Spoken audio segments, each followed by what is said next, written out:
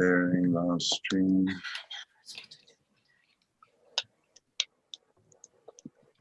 I'm going to mute myself for the moment. Sure. Okay, and we are live on YouTube. Lana's on the beach. And here's the link. Where do you want it in the chat? Here we go. Okay,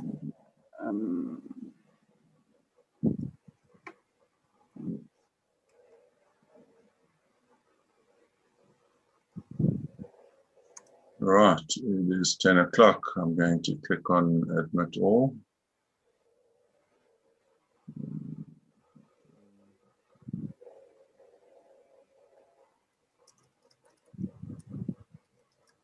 And welcome everyone. These are you facilitating, I forgot. No, that's all good, Craig. Thank you. I'm busy posting the live link as well. Good morning, everybody. Welcome. Please, as per usual, say hi in the chat. Tell us where you are from. We have Lana Roy with us here today, and we will do a proper introduction and welcome shortly. So, yeah, continue saying hi and remind us where you are. Oh, there's some new names here. Liesel Pesquivolo. I don't know if I'm pronouncing your surname appropriately. And Badette Radford. Yeah, and some old names as well popping up. Debbie, thank you for persevering with your registration last night. And we've got Mukono and Carissa and Gwen. Gwen is in one of the most beautiful historical towns in the Eastern Cape. So, yeah. I'm quickly going to Craig share the live link as well. Sure.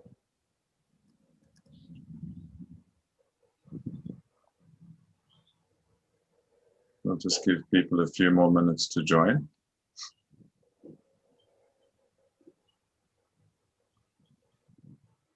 Let us know where you're from in the chat.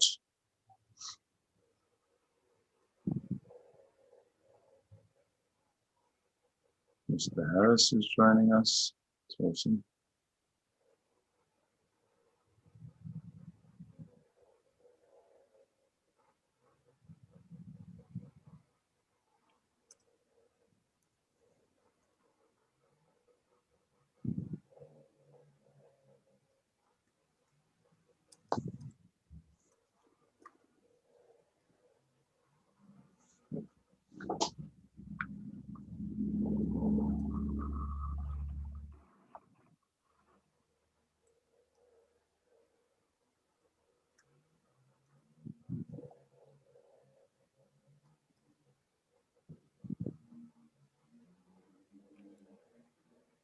There we go.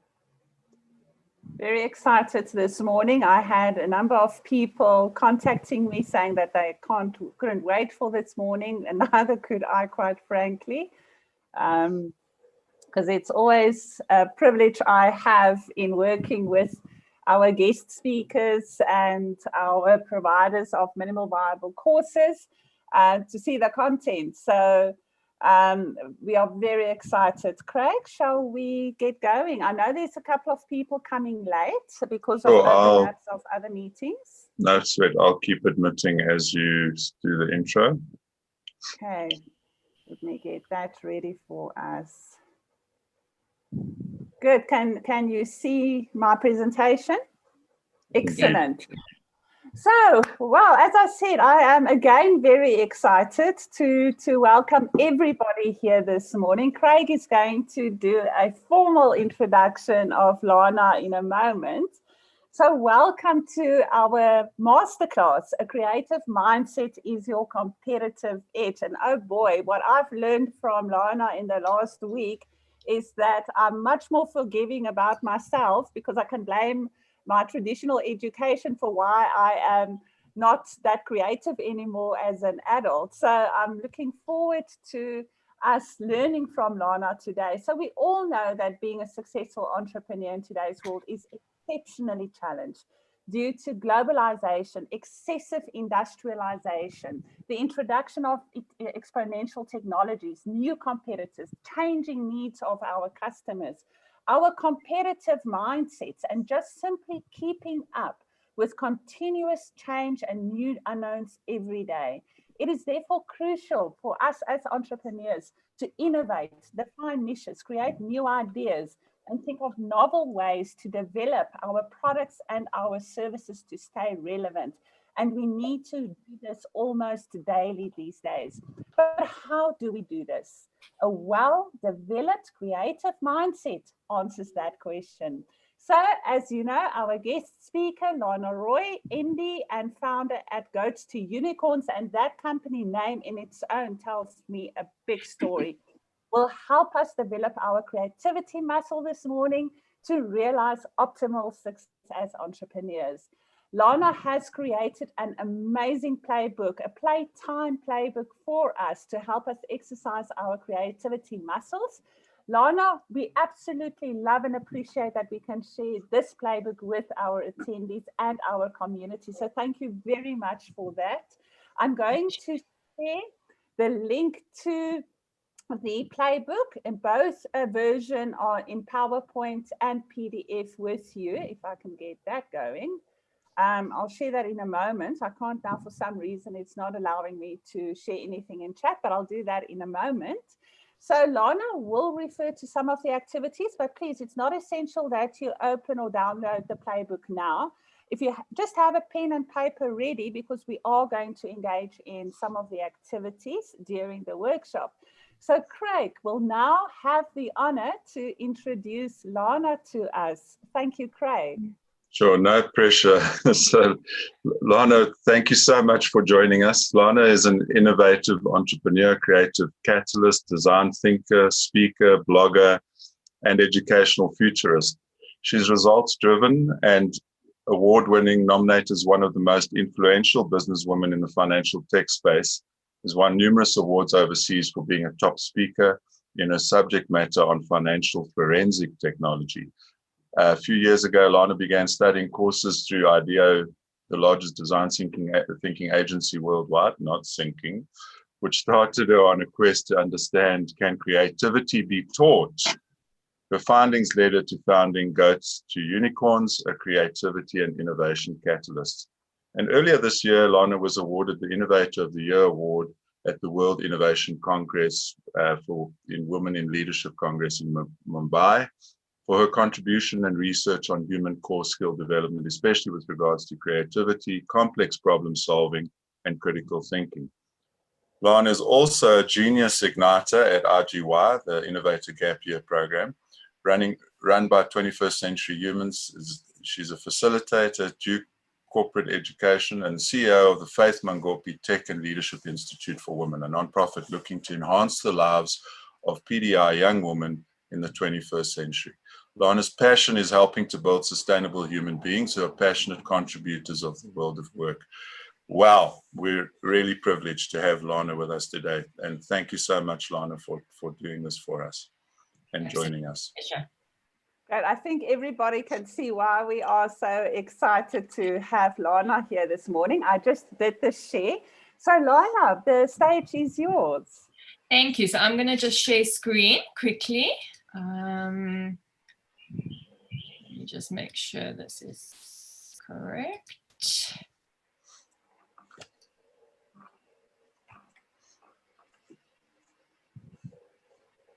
So while Lana is sharing her screen, we would like to again welcome you. It's busy coming up, Lana, on our side. We would like to welcome you to, again, comment, ask questions in the Zoom chat. We are keeping a close eye on that. There will be a Q&A session with Lana later on as well. So Lana, it's still starting to share. Yeah, so this is the best of tech. It wants me to enter a password to allow a Zoom audio device.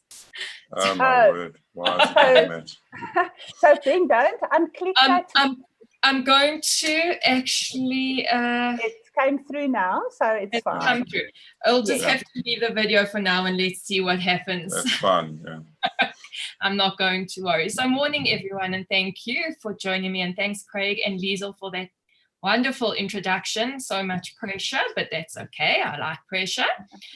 To everyone that's joining me, yeah, I look like I'm on a beach. And I think this is a want-to-be morning.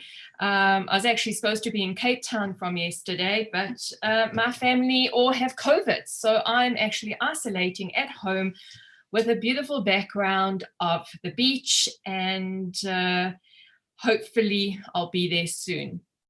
So welcome, and just a quick introduction, because this is, I guess, where people always say to me, where does the name Goats to Unicorns come from? So I don't know how many of you are familiar with the movie Despicable Me. And in that movie, the little girl finds this goat, but it's only got one horn. And she runs to the dad and says, look, Dad, I found a unicorn. And he sits her down and explains, this is not a unicorn. It's just a goat with one horn. And I thought to myself, hold on, if she wanted to believe it was a unicorn, why not? And hence the Goats to Unicorns name was born. So there's one thing about creativity, is that there's a need to be in an alpha state when you are being creative. So if you're well aware that in beta state is when we are working and when we are concentrating hard on delivering projects, works, whatever it might be. Creativity ideally happens in what we call the alpha state, when that is the state when you normally wake up, or the state when you go for a run, or that you're in the shower. And that's why often people say that the most creative ideas come to them when they are doing those things. So this is just an image to ask you to breathe in, to breathe out, to try and not think of all the other work and deliverables and things that you need to do today, and just to try and just come into that alpha mode. Just relax now and be part of this 1.5 hours or 1 and a few hours presentation. So today's topic is the road to innovative entrepreneurship is paved with creativity. And I will divide it into 3 main aspects. First of all, there's going to be the background. Why is creativity so important, and what's happened to our creativity? I'm then going to look at how do we actually reignite our creativity. And the last will be a case study that we will all do together in order to actually take and apply what we've learned in the how to actually reignite our creativity in today's world. So welcome to my what you call Maslow's hierarchy of needs, but this is the creative hierarchy of needs. And often I ask participants, where would you rate creativity in terms of product development, design thinking, and all these different aspects of evolving a business? And most people put it in the middle or somewhere along the line. But truthfully, it actually sits at the bottom. And why is that? Because creativity is what we call bringing new into the mind. When we're actually designing a product or a service or something, we are creating, or we are bringing new to the world. But before you can actually take a product, take a service, take something to the world, you need to make sure that you're bringing the new to the mind. And that's why creativity is so important in today's world, and actually has always been. And I like to compare it to, for example, anxiety.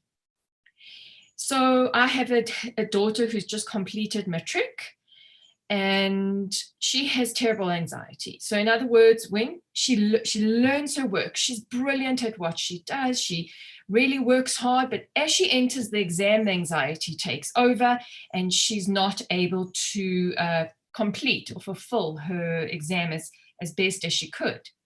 So what does she need to do? She needs to learn skills to cope with that anxiety. And once she's able to cope with that anxiety, she's able to deliver, or she's able to complete her exam in the best way possible. And this is exactly the same. So if you're delivering a product or service, or coming up with a new product or service, you need to have that creativity as bringing new into the mind. You need to develop that skill, that underlying skill. And when people speak about creativity, they speak about, and I think that's something that we all refer to, oh, someone can paint so well, oh, they are so creative, or someone dances brilliantly, oh, they are so creative. And that's actually not the type of creativity that we talk about in business. Creativity in business is about this ability to have mental freedom, the ability to come up with new ideas and new ideas and products and services, and the ability to not feel that you are restricted to certain things. And it's the ability to have choices. So, for example, the amount of people that are being retrenched today in business and in organizations, you hear this, what else am I going to do? I've done this for the past however many years. This is my skill. I don't know. I'm lost. Yes, they've lost income for a while. But at the same time, creativity allows you to think, hold on, but I could do this, and have so many ideas. I think I have the opposite extreme problem that I, on a daily basis, just think, oh, I've got to do this, I've got to do that. I've got so many choices. Which one should I choose today? So the ability to have that mental freedom is what's key in creativity. So just in terms of some background, creativity is sitting definitely in the top 3 skills needed in the workplace. We see here, this is a LinkedIn report. But just to go into a bit more depth, I looked at the World Economic Forum Future of Jobs report, and I've pulled out 3 main slides.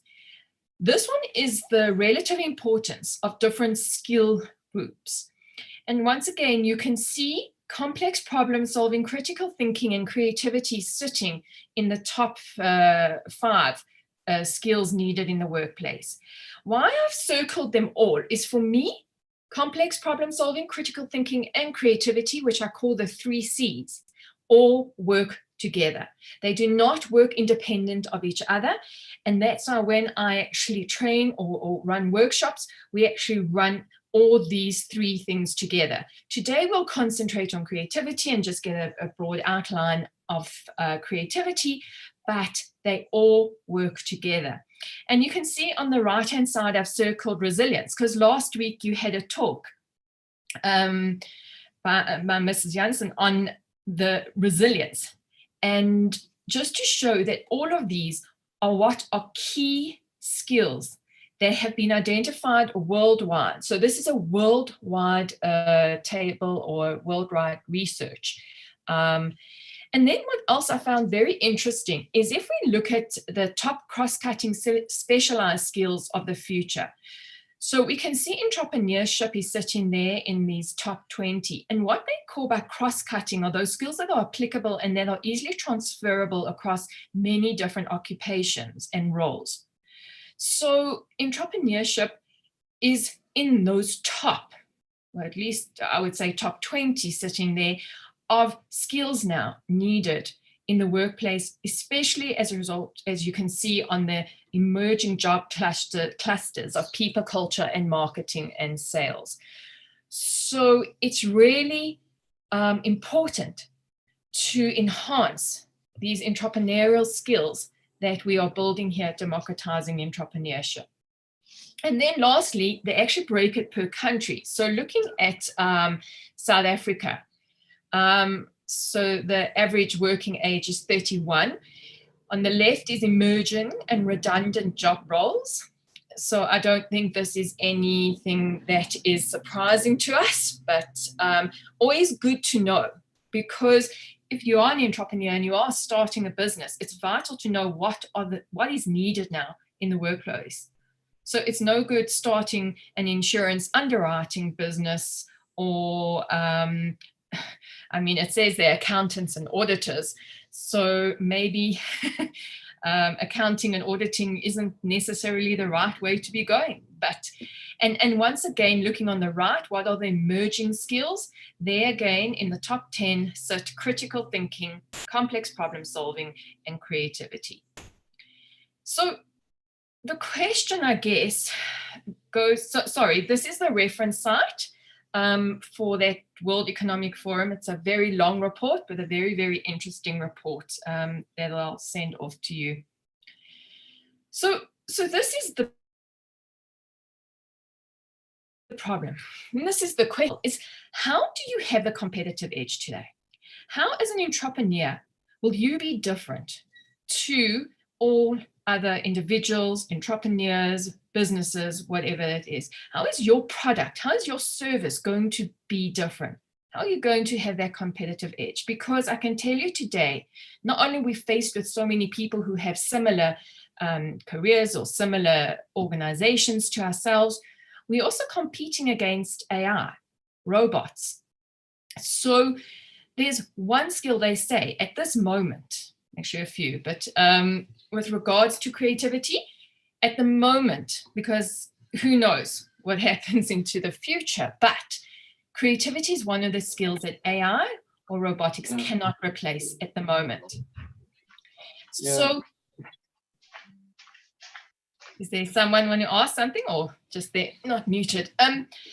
So in terms of creativity, this is why it is so important to start developing the skill and being able to have that competitive edge in the marketplace.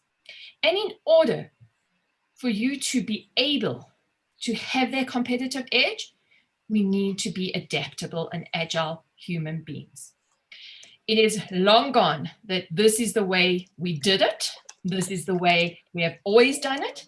And this is the way we will continue to do it, is a no-no anymore. Life, as we know, is changing exponentially. Technology is changing exponentially. And with that digitization, we have to be ready, adaptable human beings. And we refer to this intelligence as an AQ, adaptability intelligence. And that's the ability to change, to be agile without sinking. And what constitutes AQ is emotional intelligence, which you have been studying. I know you did one last week on resilience, being emotionally prepared. Who am I? How do I show up? Am I capable, of delivering what I need to? Creative intelligence is what we call creativity, complex problem solving, and critical thinking. And then our IQ, our knowledge, our technical skills. So having all three of these will allow us to move forward in this new economy, in this new 4IR. So each one of those need to be developed, but today we're just focusing on our creative intelligence with specifics to creativity. So I guess the question is, what's happened to our creativity? Because we all think, some of us I think that we still have our creativity, or, why aren't we as creative? Why are they making creativity a top skill? Why is it something that we have to learn? And it comes from a story, let's look at a story from Professor George Land, who was a consultant to NASA in the 1970s. And they asked him to create a creativity test. He was one of the experts in creativity at the time. And they wanted to test the creativity of the engineers and the astronauts and the scientists of NASA. And he did this, and it actually proved to be quite successful. So in terms of that, he decided, hold on, I think I'm going to run a longitudinal study. And he gave that same test that he gave to the NASA astronauts or engineers and so on, to 5-year-old kids. And they scored a 98% creativity genius level. He retested those same kids again when they were 30. When they were 10 years old, and their score had dropped to 30%. Again, at 15, he retested those kids, and that score had dropped to 12. And basically, as adults, the same test, and they scored a 2%.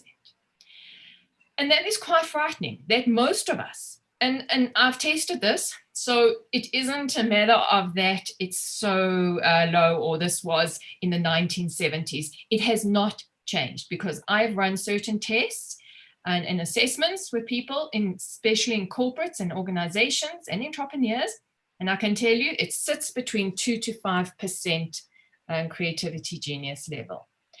And as you can see, the highest drop is between 5 and 10, because as we know, as we enter the school system, so we are taught convergent thinking as opposed to divergent thinking, and that's when all these boundaries and boxes are created.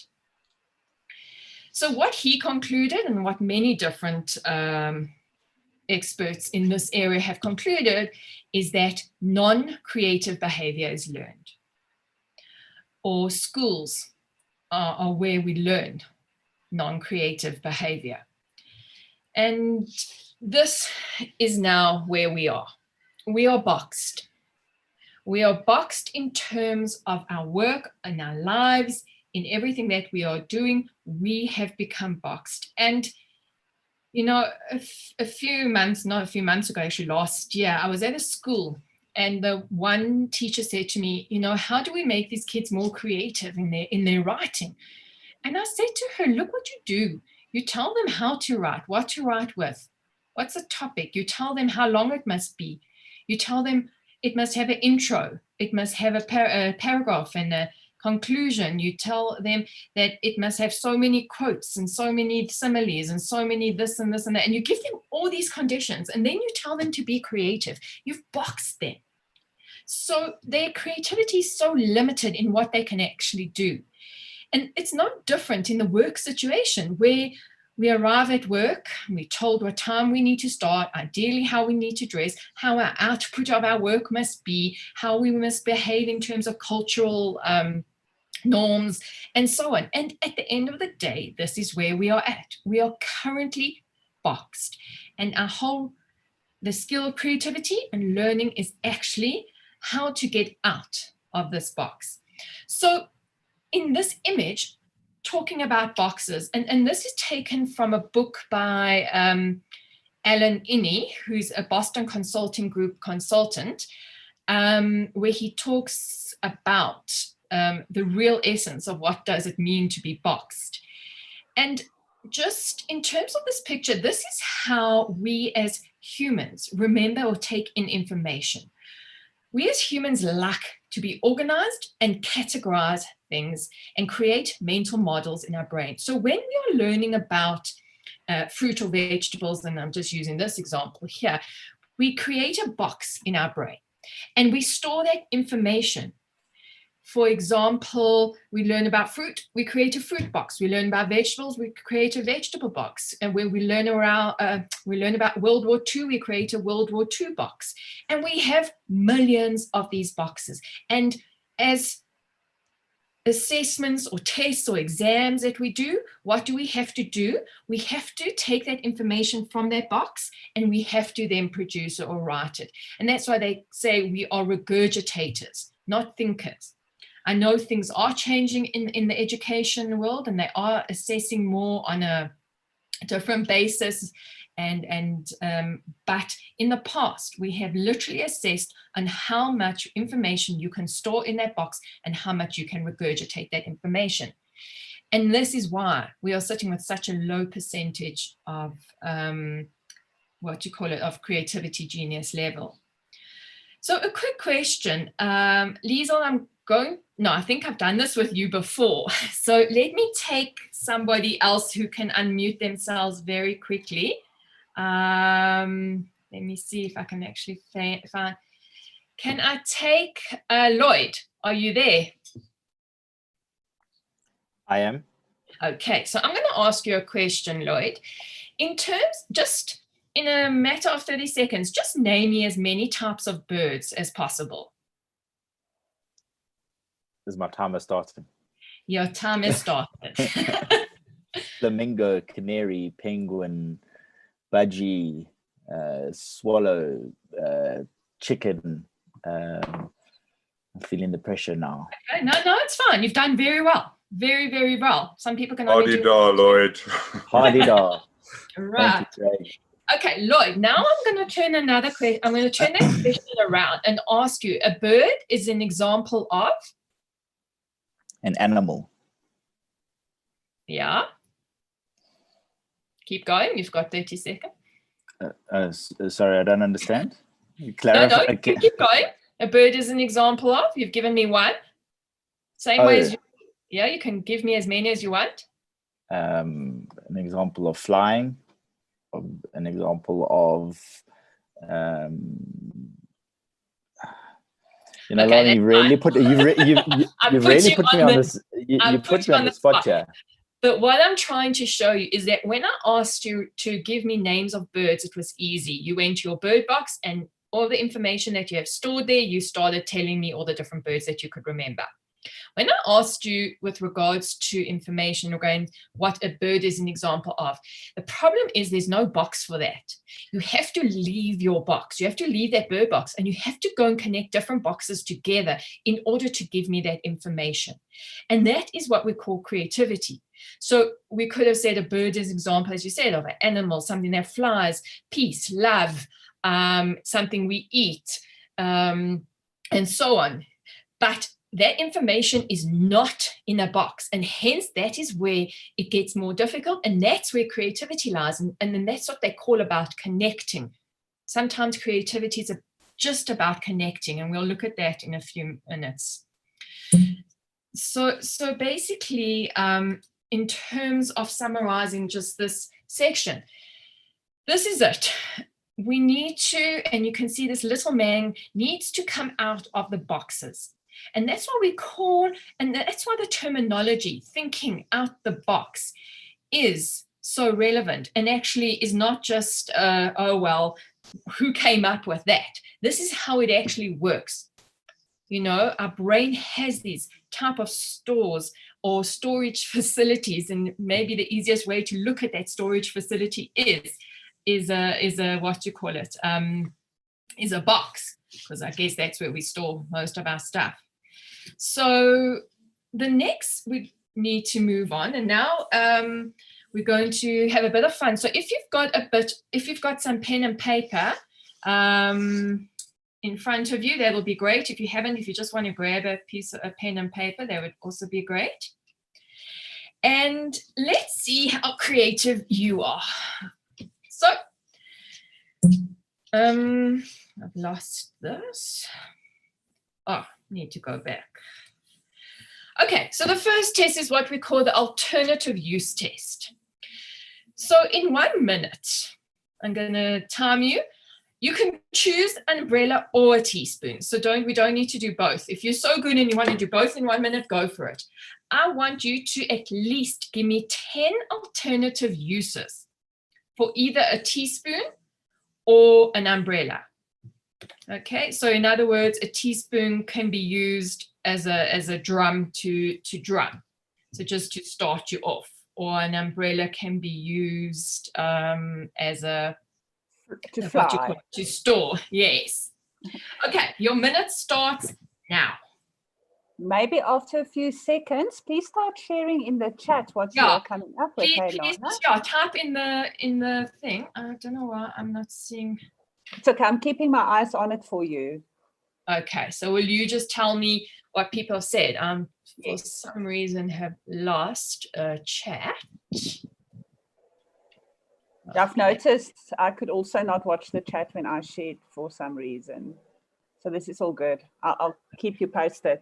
Okay, no, I've got the chat. It got you, okay. I think.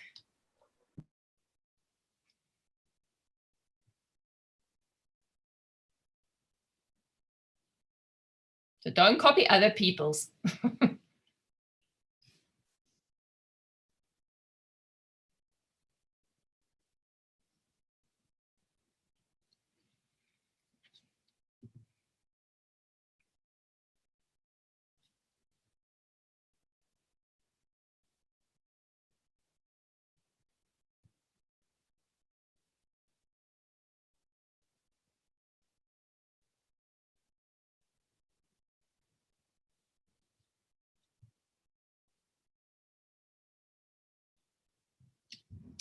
Okay, 20 more seconds. Wow, Alistair, wow. The last place prize. Yeah. So I love some of these. Mukana, eating a spoon. I think that's a given. So I want to see something else coming from you. Yes, Mukona. Mukona just completed her grade 12. So we've got a couple of entrepreneurial grade 12s who are starting their own business online here as well, which I think is well great. done. Shuvadette, you got 13. Brilliant. Okay, your time is up. I gave you a little bit more. I was a little bit more generous, but well done. Okay, so this is what we call divergent thinking. Very quickly, to train our brain to think of alternative uses for a particular object, or it can be a service. So just to understand how it gets measured. So in terms of, sorry, I just want to get rid of my chat now. So in terms of fluency, that means you've managed to come up with at least 10 alternative uses per object. That is called fluency. So here are just some ideas that I've taken off the internet of alternative uses. So some of them are really cool. I like the ballerina's dress, and even I haven't thought of that one before.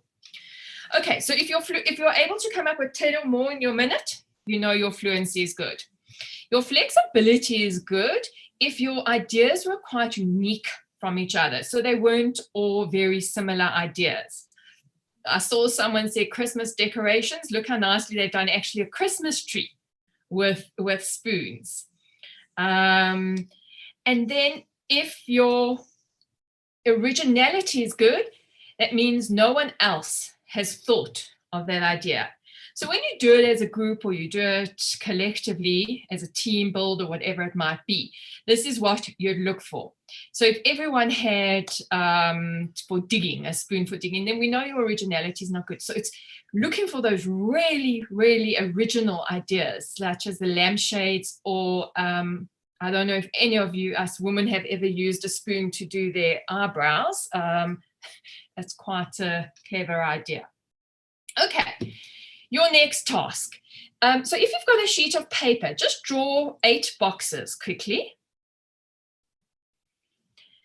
And while you're drawing those 8 boxes, really rough, they do not have to be perfect. All I want you to do is to divide all these 8 boxes into 4 note equal parts. So I started off the first one because I know that's what everyone would do. And I pretty much know the first 4 that everyone would do anyway.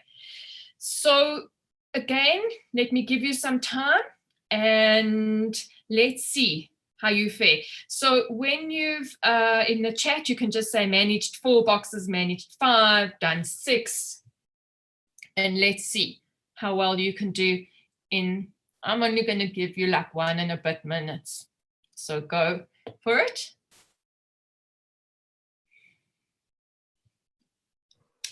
This is difficult, Lana.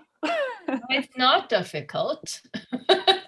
So remember, we're evaluating creativity now. I'm not trying to see how creative you're evaluating creativity. And you'll see why I'm trying to do all these type of tests. And this is known as the 8-box test. I knew I had a problem when it comes to creativity. It's become extremely evident that I've got work to do. Yeah. You know, as we'll go through, creativity isn't, you know, we are all born with it. But as I mentioned earlier, we get educated out of it because we are taught to think in boxes. We just don't know how to divide these boxes into 4 equal parts. This is actually taken from one of the tests called the Torrance test of creativity that has been used for years and years to actually test people's creativity. Please start sharing in the Zoom chat how just how many you've managed to get done.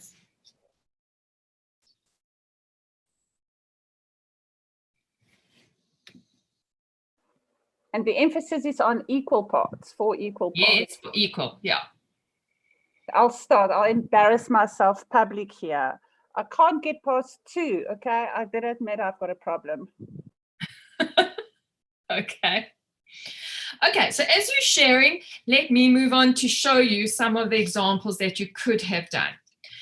So I'm sure most of you, the top 4, I know straight away. So this is also what we call predictable human habits. So if I was doing a test, I would know straight away the first 4 that generally people do. And I've done this hundreds of times, so I know the first 4 are what is given. And that's why you can work out people's predictable behavior, because you just need to understand people's patterns. The next 4 are completely different. And these are where the creativity starts to come out. And just to give you another example, so often when I start, and please use this if you are coaches or teams, when I start off a team build or a coaching session or workshop, if there's like at least more than 10 people, I tell them, please place yourselves in chronological order of your birthday. So if it's 2nd of January, 10th of March, 8th. Now, generally, these people don't know each other's birthdays. If they do, it's not going to work. Then you have to come up with something else. But you place yourself in chronological order of your birthdays. But you're not allowed to speak. You're not allowed to write. And then I make it even more difficult because I know as soon as you can't speak or write, people use their hand signals. So they go to there. So I remove hand signals away. And then you look at people and they say it's impossible. We can't do this. And it's amazing how all of a sudden you start to see the creativity come through. I did a session with Deloitte and they use coffee beans because we had coffee beans on the table for smelling for another exercise. So they started placing coffee beans, or people stamp their foot like 1, 2, 3. So this is this type of thing, because if I allow you to use the first 3 options, and I know exactly what it would be, creativity is going into the unknown. And that's where we need to work. Right, this one. You can just use your finger on your screen and trace a path from A to B. Just 10 seconds or 20 seconds. Just try that, everyone. Just trace a path. If you've printed it out, then do it. But if not, just use your finger to like trace a path from A to B.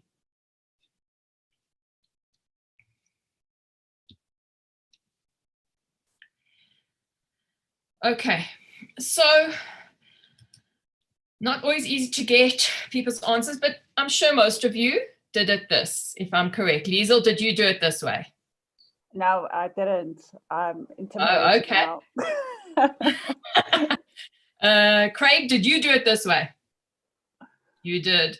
Because I can't see anyone else. We've got a lot of people saying done. So Vedette, did you do it this way? You can come in and say yes or no. Oh, you need to say it. You need to say she did it this way. I did it 2 ways. Sorry, Liesel, I had myself on mute. The first way I did it like that. The second way I did it just going straight to A to B, because you didn't say that we have to stick to the boxes. So well done.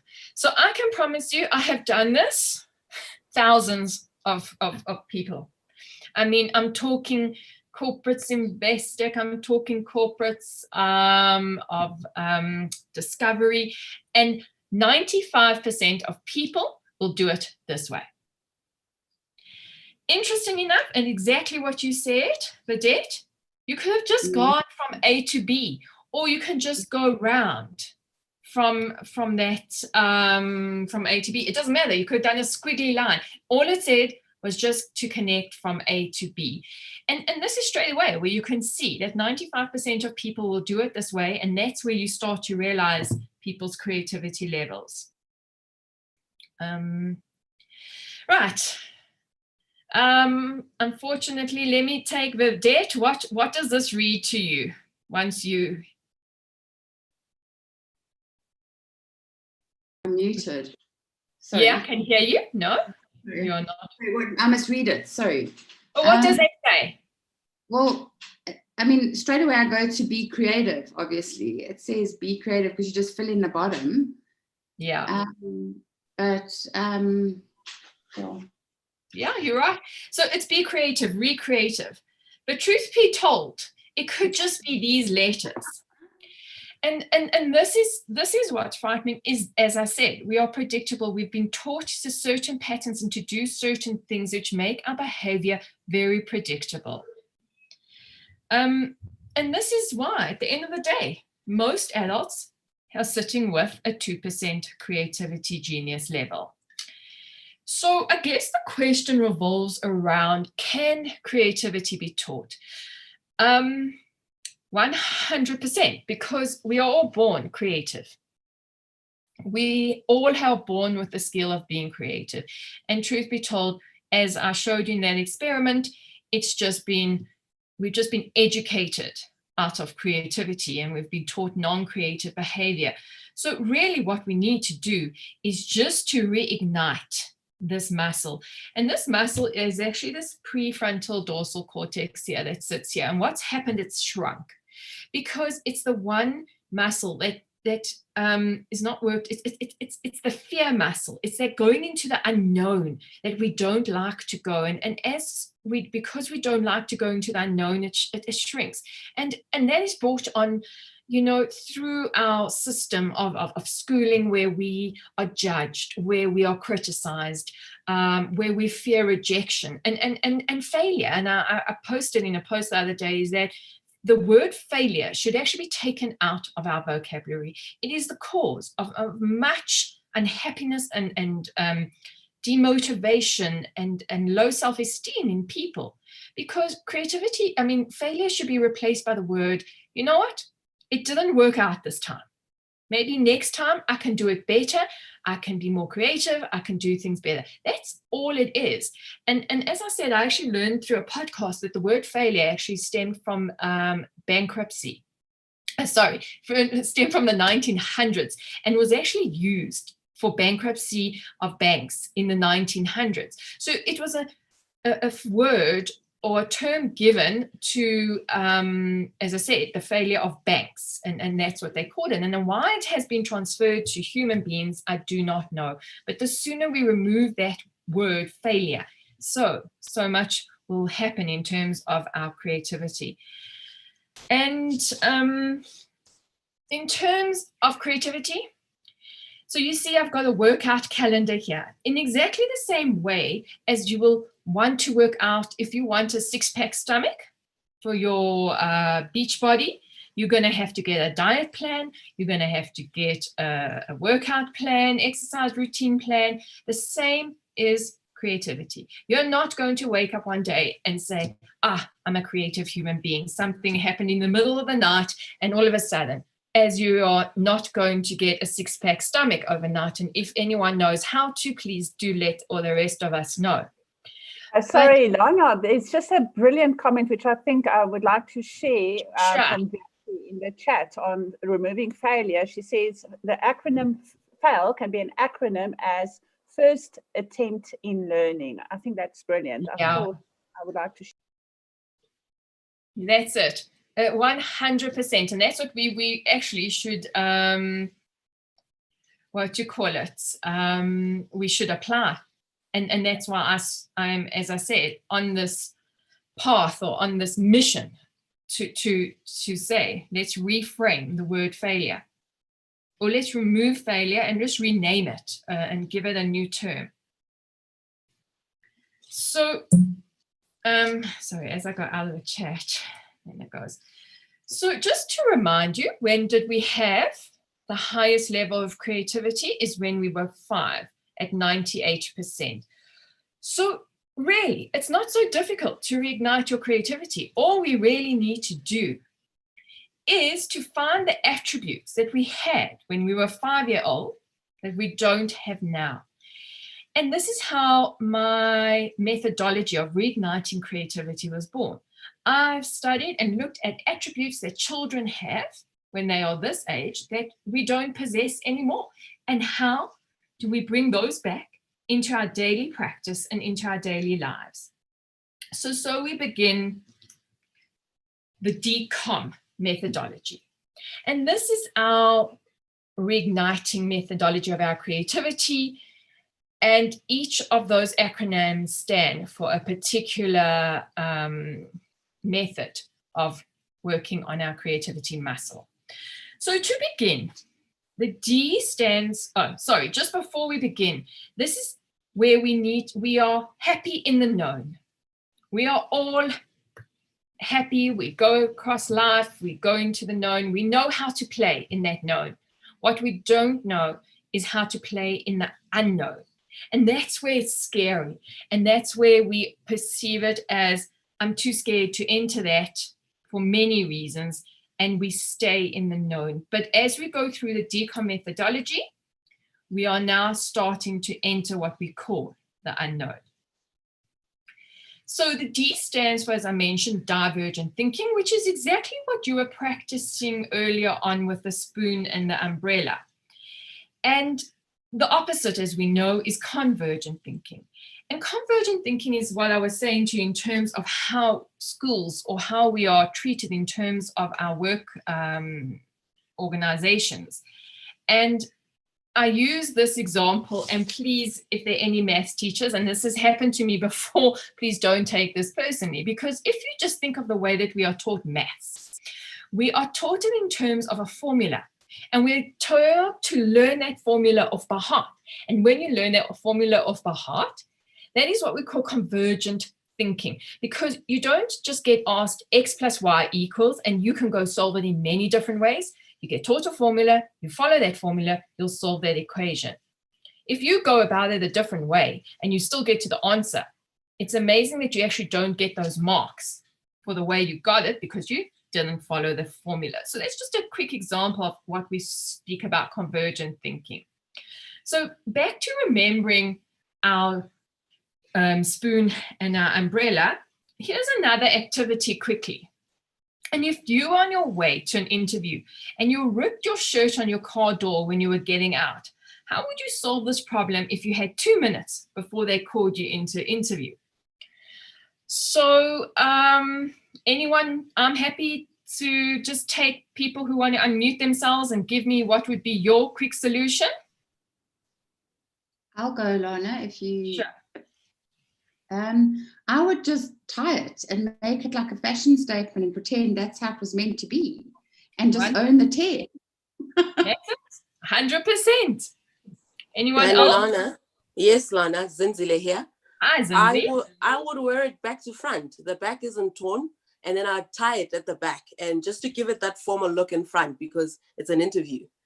Yes, that's very smart. Brilliant. Both Craig and Alistair will, of course, take their shirts off. And then you got a six-pack stomach. I'm willing to give you that. And Juanita says on the stomach aspect, if she looked like this guy in your image, she will definitely take her shirt off. Yeah, me too. Okay, and so I'm just giving an example of that's not just a spoon or an umbrella, but a quick problem to solve that's universal to most people. Do you know, I was watching, obviously, CNN today, and I was thinking, which question I really should pose to people now. The way we've hit the second wave in COVID, and the way that countries and people are going about trying to solve this COVID problem without, obviously, a vaccine is not working. So, and it's causing economies to actually really come to a standstill. And I was thinking, what alternative ways. How could we use divergent thinking now? And I'm starting to think, how do we get the mass people to become involved? So for people to take responsibility, maybe we should have people, or like in America where they have jury duty, maybe we should have corona duty where people have to volunteer in hospitals and you actually get called to these places and you have to go and watch. I don't know. I was just starting to think there actually must be other ways. The mere fact that they sit in this council and they rehash the same ways, no alcohol, no this, there must be different ways. And this is creativity. This is why it is so needed, because there has to be alternative ways other than bringing economies down and other than treating people like prisoners. There must be alternative ways. And just for reference sake, you could have cut more holes in your shirt and been like Kanye West, who wears this as trend. Okay, I don't think I could carry that as well as Kanye West could, but I'm sure if Beyonce started wearing it and Kim Kardashian and so we'd all be able to then wear it as such. Okay, the next, so just to go back in terms of a child as divergent thinking and a 5-year-old, you give a child a box. He will spend hours with that box and try and make a whole day of it with creating all different things. If I gave an adult a box, they would say, what do you want me to put in the box? That's where our divergent thinking is limited to. The next one is the question, what does a child say when they are young?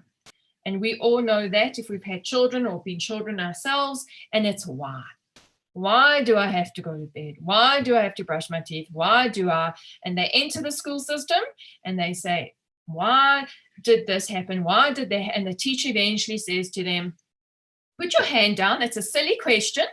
And we start to develop this way of not asking why anymore. And that has been one of our reasons, or one of the reasons for our decline in creativity. So the C in the DCOM stands for curiosity and challenging assumptions. The truth is we have stopped being curious and we have stopped challenging assumptions. We are accepting things the way they are, and very few companies, people are actually asking the question why. So I've just got 2 examples. Normally in my workshops, I've got lots and lots, but let's just look at 2. Why do we have to work 8 hours a day? Who one day woke up and said, let's work 8 hours a day, 5 days a week? Who? Why? Why do we have contracts at work that says we work 8 hours? And the truth be told is, it actually started in the first industrial revolution when machinery came on to being, and they were starting to use electricity and machines to create products. And what happened is it was so expensive to restart and start the electricity of these big machines that they just ran the machines 24/7. So what did that mean? They needed people to work 24 hours. So what they did is they divided the workday into three shifts of 8 hours. So you had people who worked for 8 hours, and then the next shift and the next shift. And then this is where the 8-hour day was born. And that was the first industrial revolution. We are now on the 4th industrial revolution, and we so-called still working 8 hours a day. It's crazy. And this is why those companies, those people are starting to question why. Just look what's happened with COVID now, is that all of a sudden we are changing our hours. We're becoming more flexible. Some of us are working 4, 6, some are working 14, some are working differently, and we are still productive. And we know that for a fact, that if I'm given 4 hours to work, or I'm giving 8 hours, sometimes I will deliver the same thing. And Microsoft Japan have done this experiment now for the 4-day work week, where they've instituted this 4-day work week. And accordingly, it has boosted productivity. So these are just 2 little questions. Why do we work 8 hours? Why do we work 5 days a week? And then just one more example. Why do we have to eat breakfast? How many years have you been told that breakfast is the most important meal of the day. My whole life, I have been told. And actually, that comes from Kellogg's, because when Kellogg's cornflakes came on, they created the breakfast cereal. And every bit of research that was done why breakfast is so important has actually been sponsored by Kellogg's. So a lot of the research has been sponsored by them. And hence, we have this need to say that breakfast is the most important meal. And then here, all of a sudden, comes intermittent fasting, where it's saying, hold on, maybe breakfast isn't the most important meal of the day. Maybe there's no important meal of the day. Maybe a different way of eating. And a lot of people, I myself am doing this now, and I've never had so much energy. And maybe that's why my family, my daughter and husband have corona, and maybe I don't, for whatever reason, but I'm not a medical advisor, so don't take any advice from that. But what I'm trying to show you is how things are changing and how we need to ask the question why. And if you just look at Uber, what were some of those why questions they asked? Why do people need to own a car? Why do people why can't ordinary people who have free capacity and have a safe car make extra income? Why can't we create a cashless tax industry? And the minute you start asking those why questions in your business or your organization, you start to think in a more creative way. Okay, the O, now unfortunately, the sound I don't think is going to work. Could you hear the sound? It is working. Okay, so let me play this and go ahead. Now I need to. And I'm messing up everything. Sorry, I don't know why it's not. There we go. Clearly, somebody in this room murdered Lord Smythe, who, at precisely 3:34 this afternoon, was brutally bludgeoned to death with a blunt instrument. I want each of you to tell me your whereabouts at precisely the time that this dastardly deed took place. I was polishing the brass in the master bedroom. I was buttering his lordship's scones below stairs, sir. I was planting my petunias in the potting shed. Constable, arrest Lady Smythe. But how did you know? Madam, as any horticulturist will tell you, one does not plant petunias until May is out. Take her away. It's just a matter of observation. The real question is, how observant were you?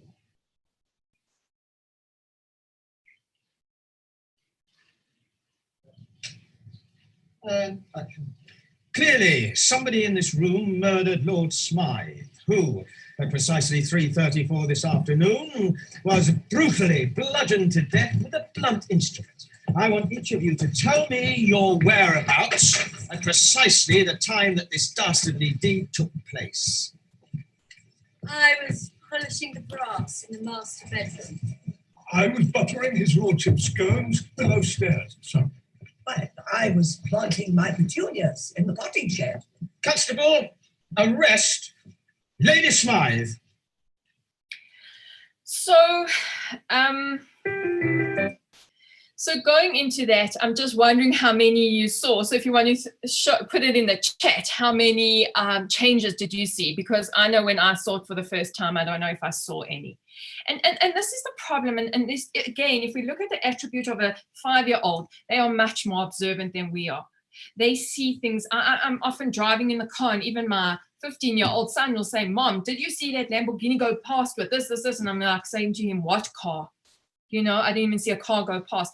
We are so self-absorbed. We have become boxed so badly that we're not actually seeing what's going on. And if you're trying to solve something creatively, it's very important that you understand what is going on around you.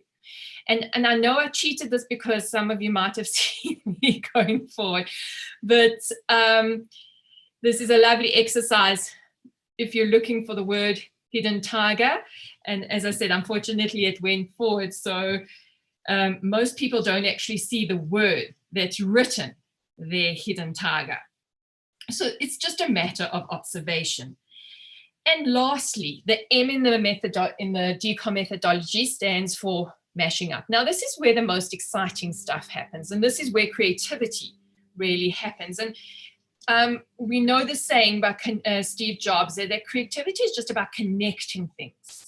And this is, as I mentioned to you earlier, when you saw that brain and you saw those boxes, and when I asked Lloyd the question around bird, what does a bird represent? You have to remove that box. So you have to go out of your boxes and connect. And this is what we call as mashing up or conceptual blending. And this is where the really exciting stuff happens. And this is where you can do a lot of practicing. So it's actually a practice started by the Japanese called Shindugu. And it was a manner of coming up with all different weird things and putting different products together to come up with a new product or service. Some of them are very interesting, especially this glue stick, which is actually now a butter stick. Earlier on, we did the divergent thinking. Look what else you could have done with the umbrellas. So just a few for our own practice. So if we had to take a bra and a trolley, what do you think we could create from mashing these two products together?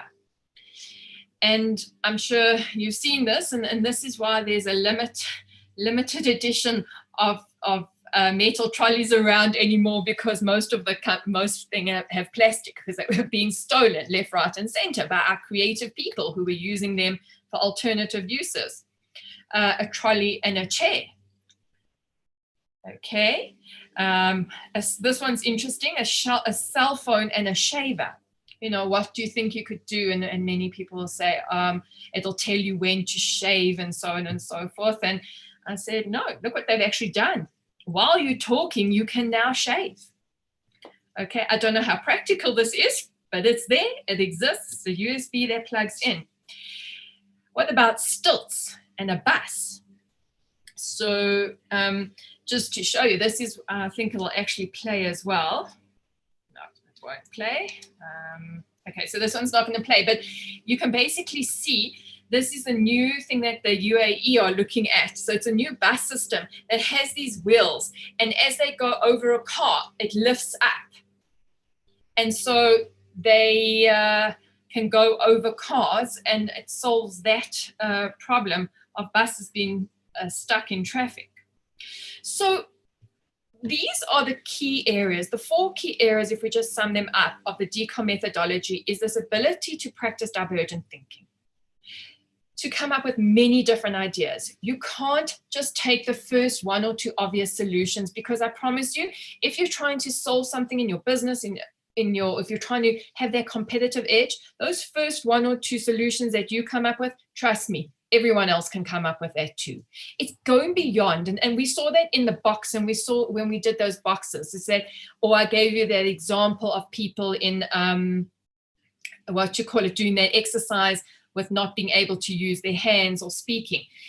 You've got to get beyond those first 2, 3 solutions.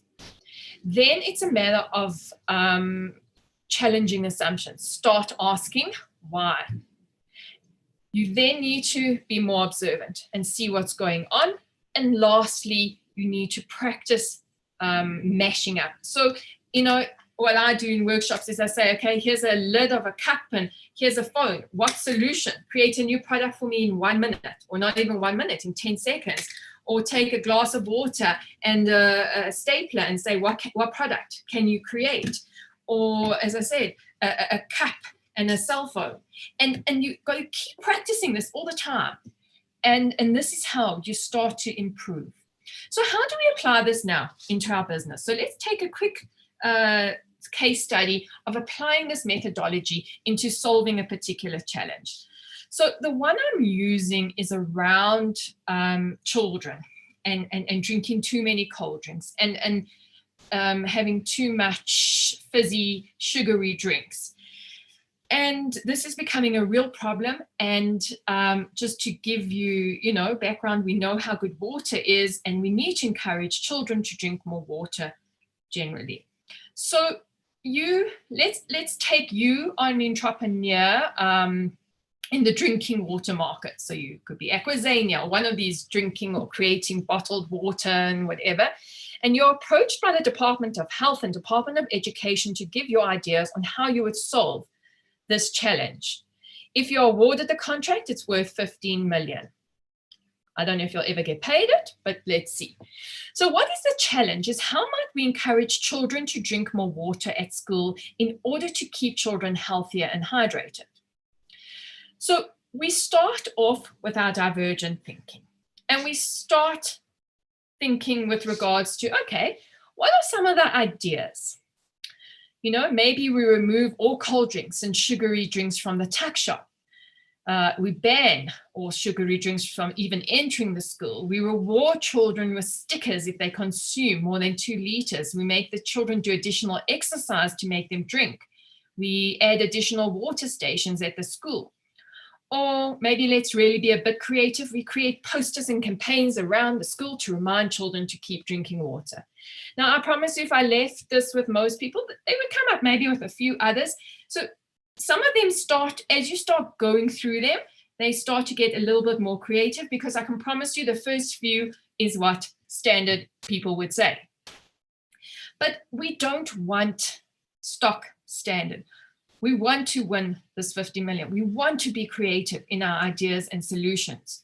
So we need to get beyond this. So we now look at our curiosity or challenging assumptions. And here are some examples of why.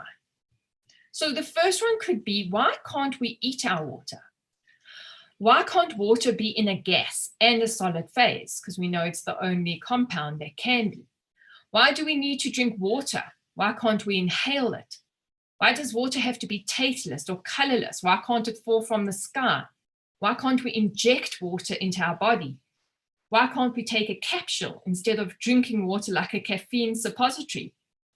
Some of these are a bit weird, but can you understand where I'm going with this? Why can't there be a lottery of water? Why does water have to come in a plastic bottle, a glass or tap? And so on and so forth. So you can sit for hours coming up with these different, but these why questions are quite hard to think of. And this is where you need to start exercising your creativity. Our next thing is observation. So what would we need to be observing if we're trying to solve this challenge? We would need to know, when do children drink at school? Do exercise? Do children bring drinks from home or school? What drinks do they drink if they come from home? How long are their breaks? What do children do? And you can just read through that list of different observations. And while we're at it, we also say, what do actually children like most? We must observe. They like to have fun, experiments. They like color. They like easy way outs. They like to do the least work and get the maximum output. Socialize, play, exercise, and so on. So what we do now is then we get, so we've done divergent thinking is to come up and think of some great ideas, then to apply the why, then to apply the observation, and then we apply what we call our mashing up or conceptual blending. And how I do this, and many people do it in different ways, is I use mind mapping. So what I take is I say water there, and in each of these we can see, and I've taken this information from all the why questions and the observation. So container, straws, plastic, cup, water fountain, glass bottle, factors of drinking, exercise, winter, cold, summer. So it's like a matter of just coming up with these different things that relate to all different aspects of what we've been thinking about in our observation and in our why questions. So why can't we inhale, suck, inject, eat, and so on and so forth? And then we start playing and we start conceptually blending. So what I do is I start taking one from straws, one from container, one from drink, one from tech, one from factors of drinking, and I put them all together. And that is what we call mashing up. And can I get something from that? So here are the examples.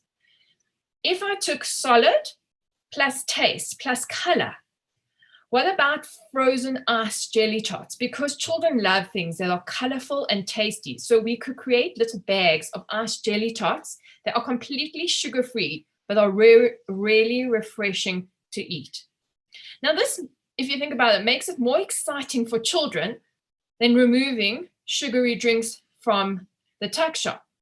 Because remember, we want children to drink, we want them to drink water, but there are other ways other than just giving them bottles or plastic bottles of water or water fountains. So this is one way. Or we could take and conceptually blend gas plus pump plus exercise. So just like when, if you're an asthma sufferer and you need to take a puff of your water, you can actually do, the puff of the inhaler to help you breathe. We could put water, because water can be in gas format. We can actually use it as an inhaler. And we could just get the same amount by taking one puff than we can if we drank 250 mils of water. Another one could be, remember, we can eat. So what about if we know that watermelon, and I read this yesterday, is actually it's 70 or 80% water.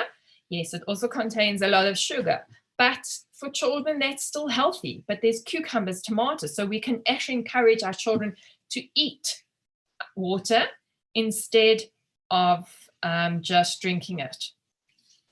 And if we add technology back, we can always create like a digital billboard, that you put your hand against these things and then your little packets of jelly tots fall out and you can go and get it. Or in your inhaler, most kids now have access to cell phones. Well, not in this country so much, but a smartphone is becoming a prerequisite, I think, and it will remind you to drink. So maybe we have an app, and maybe we have drones that actually deliver the watermelon to the children. And so these become more exciting options than these that we originally saw here with regards to the stock standard solutions. And this is why we need to start applying creativity in our day-to-day lives. So I've gone through this very, very quickly, and I have no doubt there are questions, and I have no doubt that you have certain questions for me. And what is important is that creativity is getting beyond the predictable behavior of human beings. It's getting past where you actually need to be in terms of your behavior. And if you look at the decom methodology, it's all around looking at those attributes. There's no miracle cure, or there's no pill. Maybe we need to be creative and come up with one in terms of coming up and being creative. We have to start applying and getting this muscle expanding again. And the way to do it is by using some of these practical methods that I've spoken about. Divergent thinking. Why? Just like when you see something or it is, even look at our COVID situation. What why questions could we ask that would help us start solving this particular, catastrophe or pandemic that is currently occurring? But as I said, creativity is getting beyond those first 2 or 3 ideas. And that's why when I showed you right in the beginning, those first few slides of entrepreneurship in terms of the skill, creative problem solving and critical thinking and creativity, why they are so important is because we can't carry on doing things the same way we've always done them. We can see what's happening in our world. Things are changing, but we need to move with that change, and we need to start coming up with new ideas, new ways, asking the right questions.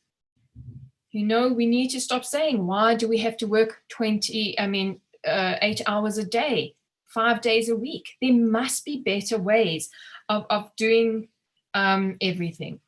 So to conclude, this is my message for you, or my message of hope for going forward into 2021.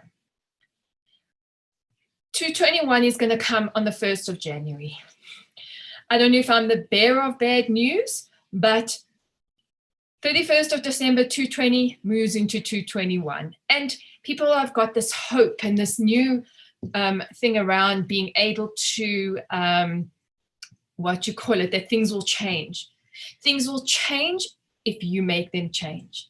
And things will change if you start thinking differently and applying the skill of creativity and learning those different things. So with hope in my heart to you and to everyone who's in the entrepreneur world, in business, in organizations, is to start learning and applying some of the things that you've learned today, to have this mental freedom. Don't be mentally incarcerated. Don't go through life with blinkers over your eyes. Open your world, open your mind. So that's it from me. Thanks, Liesl. I'm done. My time is up. Thank you very much, Lorna. I think, I definitely allowed that we spend more time with you. So thank you so much for the words of wisdom and everything you have shared with us. If you wouldn't mind stop sharing, then I'll share. While we're getting that done, is there anybody who have questions for Lorna? You are more than welcome. We can spend a couple of minutes on 2 or 3 questions. Anybody? Let me just get my chat up again. Anybody who would like to share questions? Could I make a comment? It's Gwyn. A quick one. Yes, thanks, Gwyn. One of the issues with the education system, I find, is that the whole structure of courses, as an example, be it CETA, SOCWA, whatever the case might be, we talk about subject experts. And most of the subject experts, I'm involved on the technology side with traceability and market access, and that scenario has changed dramatically over the last 20 years. And the subject matter experts on the whole are your more senior people who were educated beforehand. And as a result, it is a complete gap in all of our courses, university, college, school, and so on. And I'm not sure how we change that. So quite apart from the creativity, it's just the status. Thanks. Thank you. Thank you. Yes, I think we are very aware that huge change is required, but we're also very aware that change is taking place. Any questions?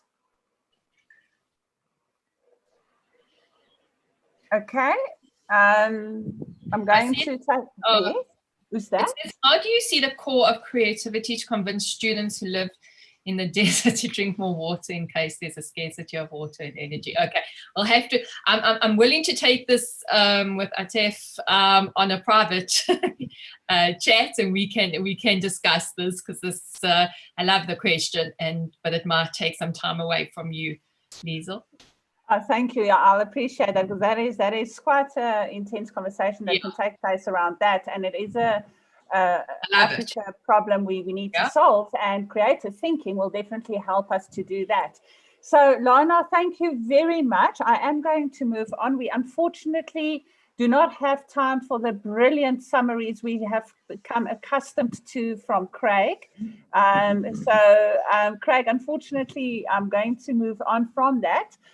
But it's not all to to waste, because what we have started doing is we've got a little landing page, and I'm going to share that in a moment with you as well.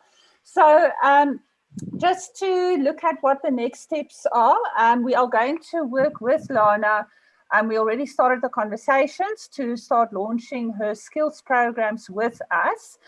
We will be able to share those dates quite soon, but that will definitely be in January 2021, correct, Lorna? Correct.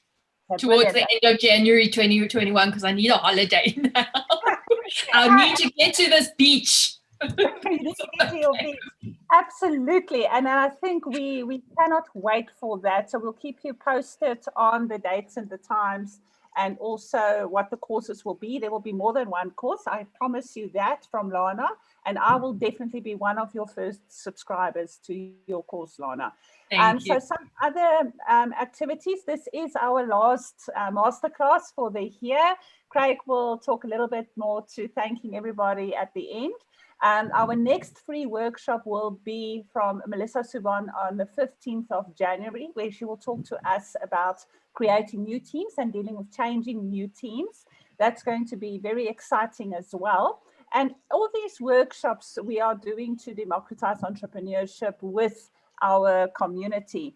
Courses that's coming, I mentioned these last week, Thinking as a Superpower by Liesl Marie. Alistair, AI for Business Leaders. And Alistair, I'm going to put a commitment here for January as well from you. Lloyd is working hard on launching his Mindset of the Entrepreneur course, which is another exciting one. And then I'm launching The Secret to Achieving Your Goals in 2021. This is a goal setting course you have never attended or have experienced before. So you can start pre-registering for that on the 22nd of December. And then the official course starts on 11 January, and we're going to have 5-day challenges there. We're going to have masterclasses, etc., etc. And I'm so excited about my own course. I think I want to attend it as well. So with all of that said, then what we have here for you is, I just want to quickly get to this slide, is where to get hold of Lana. Craig, if you wouldn't mind sharing the contact details in the chat. And also what we have here is an invitation to you. If you want to become a guest speaker like Lana, like all our previous guest speakers, if you have experience, a skill set, knowledge that you would like to share with our community to work with us and help us democratize entrepreneurship, please do join us. Please contact me, and then we can schedule a session with you on that. So I'm going to share these links. Sorry, Craig, I can't copy and share at the same time. If you wouldn't mind sharing that. Oh, sorry, Danielle. Yeah, 15 January 2021. Thank you for that correction. Clearly, I need to go on a break now as well. Please contact us. This is Become a Purposepreneur with us. Let's join in the hashtag Each One Teach One Reach One. This is how we are going to democratize entrepreneurship. We've got a calendar, and that link there will take you through the calendar. It's busy filling up. Get your name and your topic in there. Put your email address in there, and we'll be in contact with you. And there's also the links to reach us on YouTube and Telegram and our LinkedIn community. It's been shared, so please click through there. Craig, I'm going to hand over to you for the final close. I'm going to stop sharing so that we can see. You could have kept it there. I created a slide, which is now the second last one. Okay. Yeah, thank you. So, Lana, thank you so much. That was really awesome. Are you seeing my slide? No. Do you want to share? Craig, share. Thank you. Yeah, I don't know what's happening. Lana can see. Maybe I put it on the wrong presentation. Anyway, very quickly share. Okay, so just need to go back one. Here we go. So, Lana, that was awesome. Liesl, in spite of the fact that we didn't have time to go through the summary, we do share all of this stuff with all of you afterwards. So you will get the summary and all of the information from the presentation. I just want to say have an excellent festive season. And all the best for an exponential decade with 2020 hindsight. So think ahead. And I always refer to this quote. So the purpose of life is to discover your gift. The work of life is to develop it, and the meaning of life is to give it away. So I encourage you this festive season to give more than you get, and to think about, the next 5 years, we can actually be the change that we want to see in the world. And we all need to contribute to that. Practice abundance thinking and be the change that you want to see. Thanks very much, everyone. Liesl, have I left anything out? No, I don't think you have. Thank you very Awesome. much. Lana, maybe you would like to have one last word about, you know, working with us and maybe encouraging other people to get on the journey like you have. That would be highly appreciated. We have a minute left. Absolutely. So thanks, Craig and Liesl, for this great opportunity. I met Craig a few weeks ago, and he has inspired me. It was the end of the year. I think even I was getting quite, I don't know, disenchanted for the rest of the year and ready to pack up. And all of a sudden, I've just had this spurt of energy from Craig and from Liesl. They are an absolute pleasure to work with. I have never worked with two more professional people as both Craig and Liesl. So I am so excited to be part of this going forward. And yeah, I promise to bring more exciting stuff. This is my passion. This is exactly what Craig is saying, is that, you know, part of it obviously is to build a business, but the other is to actually give meaning to my life. And that is to take what I know, what I have, what I can, and transfer it to as many people as possible. The more people that are able to start being creative and thinking of ideas, so the world will be, please God, a better one for us all. So yeah, I have awesome. Thank you so much. All of that. So thank you. Thank you, Lana. Everybody, Thanks, have a wonderful festive season, and do take time out to free up your minds and come back with great force and great purpose in January. We look forward to welcome you all back. Thank you. Have a wonderful weekend and a wonderful Awesome, guys. Thank you so much. Thanks. Bye. Bye-bye. Thank you.